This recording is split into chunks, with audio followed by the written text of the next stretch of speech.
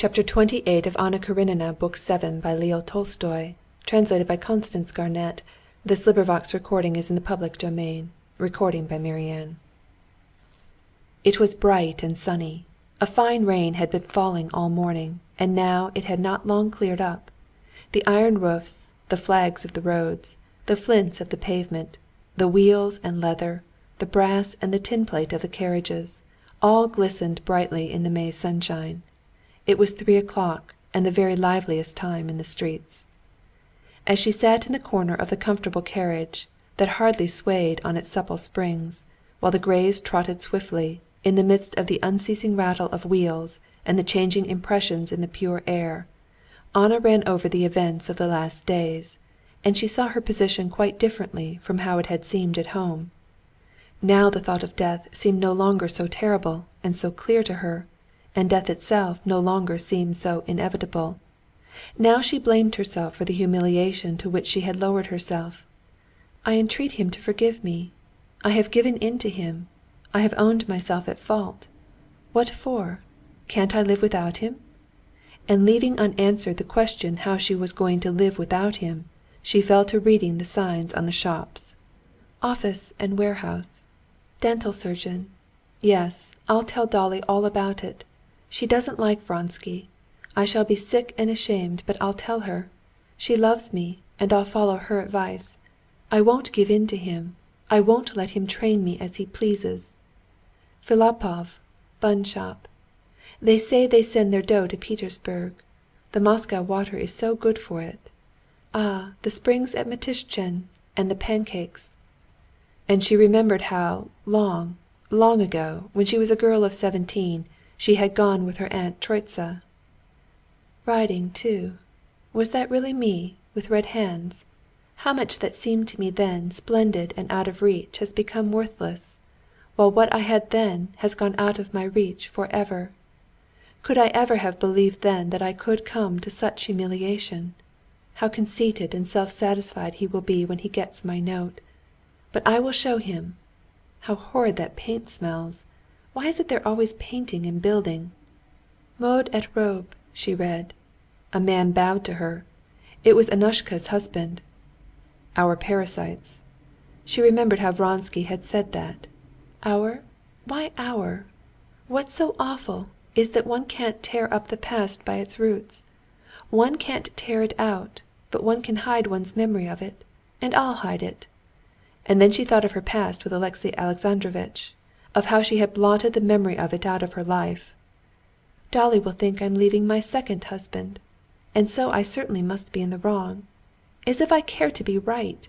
I can't help it," she said, and she wanted to cry, but at once she fell to wondering what those two girls could be smiling at. Love, most likely. They don't know how dreary it is, how low. The boulevard and the children. 3 boys running, playing at horses. Seryozha! And I'm losing everything and not getting him back. Yes, I'm losing everything, if he doesn't return. Perhaps he was late for the train and has come back by now. Longing for humiliation again, she said to herself. No, I'll go to Dolly and say straight out to her I'm unhappy, I deserve this, I'm to blame, but still I'm unhappy, help me. These horses, this carriage, how loathsome I am to myself in this carriage. All his, but I won't see them again.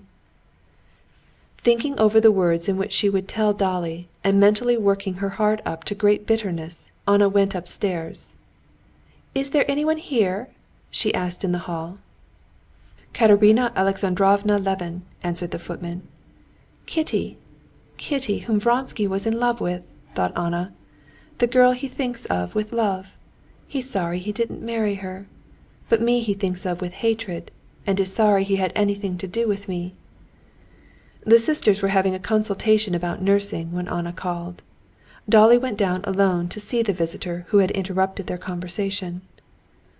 "Well, so you've not gone away yet? I meant to have come to you," she said. "I had a letter from Stiva today." "We had a telegram too," answered Anna, looking round for Kitty.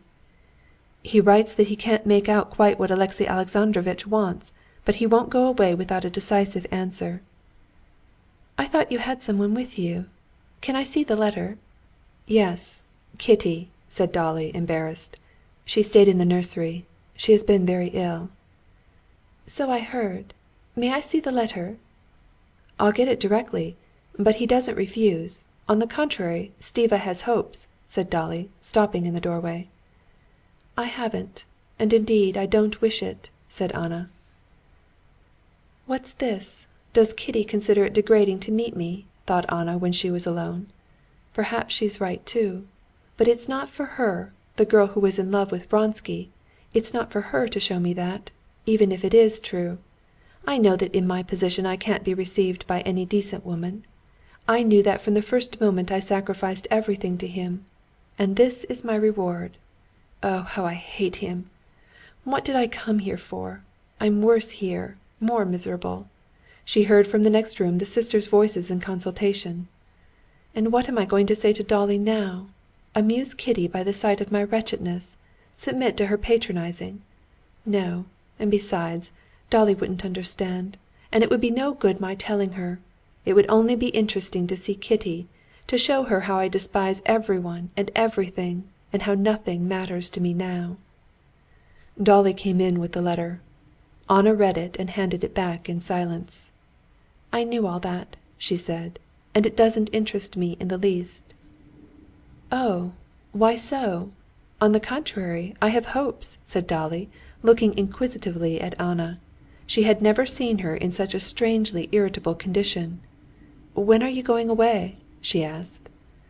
Anna, half closing her eyes, looked straight before her and did not answer. "Why does Kitty shrink from me?" she said, looking at the door and flushing red. "Oh, what nonsense! She's nursing, and things aren't going right with her, and I've been advising her. She's delighted.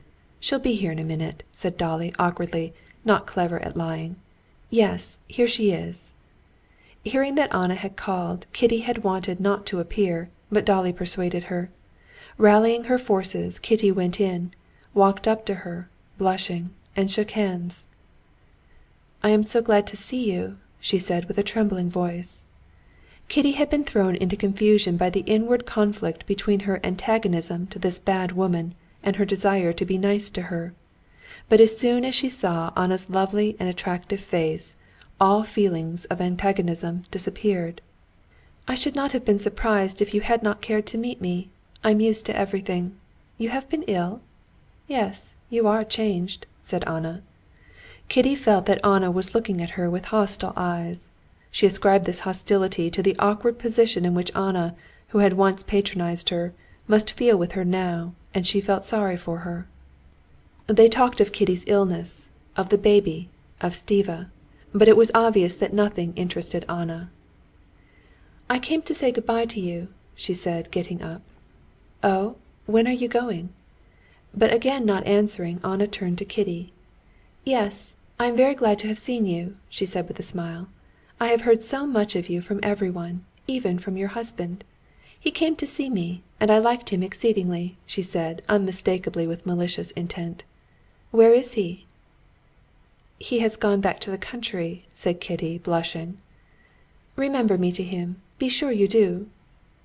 "I'll be sure to," Kitty said naively, looking compassionately into her eyes. "So good‐bye, Dolly," and kissing Dolly and shaking hands with Kitty, Anna went off hurriedly. "She's just the same, and just as charming. She's very lovely," said Kitty when she was alone with her sister. "But there's something piteous about her, awfully piteous." "Yes, there's something unusual about her today," said Dolly. "When I went with her into the hall, I fancied she was almost crying." Chapter 29.